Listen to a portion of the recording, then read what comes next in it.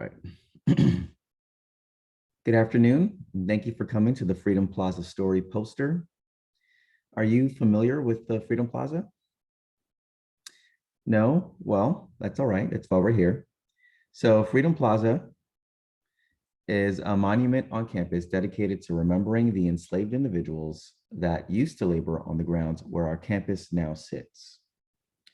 The Freedom Plaza story tells a story about not only the monument, but the history, the catalyst to its creation, and how we can engage in what it stands for moving forward. The story begins in 1849 when the Belmont estate was being developed by Joseph and Adelicia Ackland as a summer home.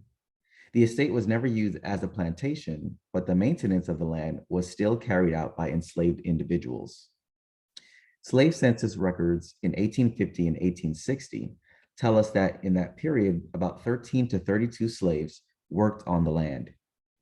Little is known about the lives of these enslaved individuals, but the Belmont Mansion Association is actively compiling information about the land's history.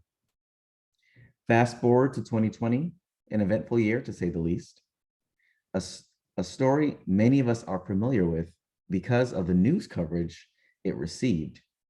George Floyd, an African-American man, was arrested by Minneapolis police. During the arrest, one of the officers pinned Mr. Floyd to the ground with his knee on Mr. Floyd's neck for 8 minutes. When paramedics arrived on the scene, he was pronounced dead. George Floyd's murder sparked outrage across the nation. George Floyd's murder sparked outrage across the nation and across the globe. It was one of a series of mounting injustices against African Americans at the hands of the nation's police force. The wave of protest and reflection reached our campus community as well. On campus, we held listening sessions for the students to speak about their feelings on the events. Some students led protests such as the one depicted here on the poster, White Coats for Black Lives.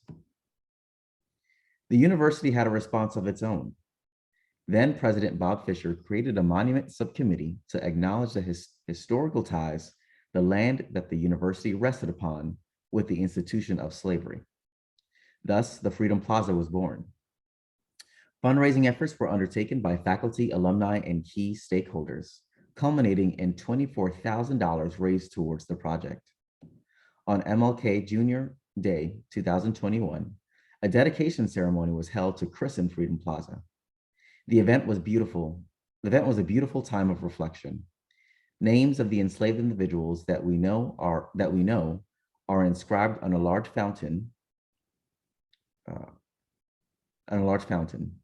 A plaque inscribed with lyrics from the O Freedom Spiritual is also located at the site. During the ceremony, our very own Dr. Jeffrey Ames performed the song. In addition to the physical element of Freedom Plaza, several policy changes also accompanied its construction.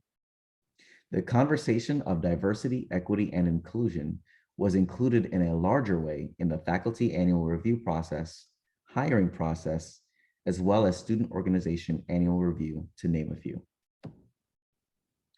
Now in 2022, our current president, Gregory Jones, has instituted several strategic plans looking forward to 2030, one of which is to be storytellers that change the world. We believe the Freedom Plaza story can do just that.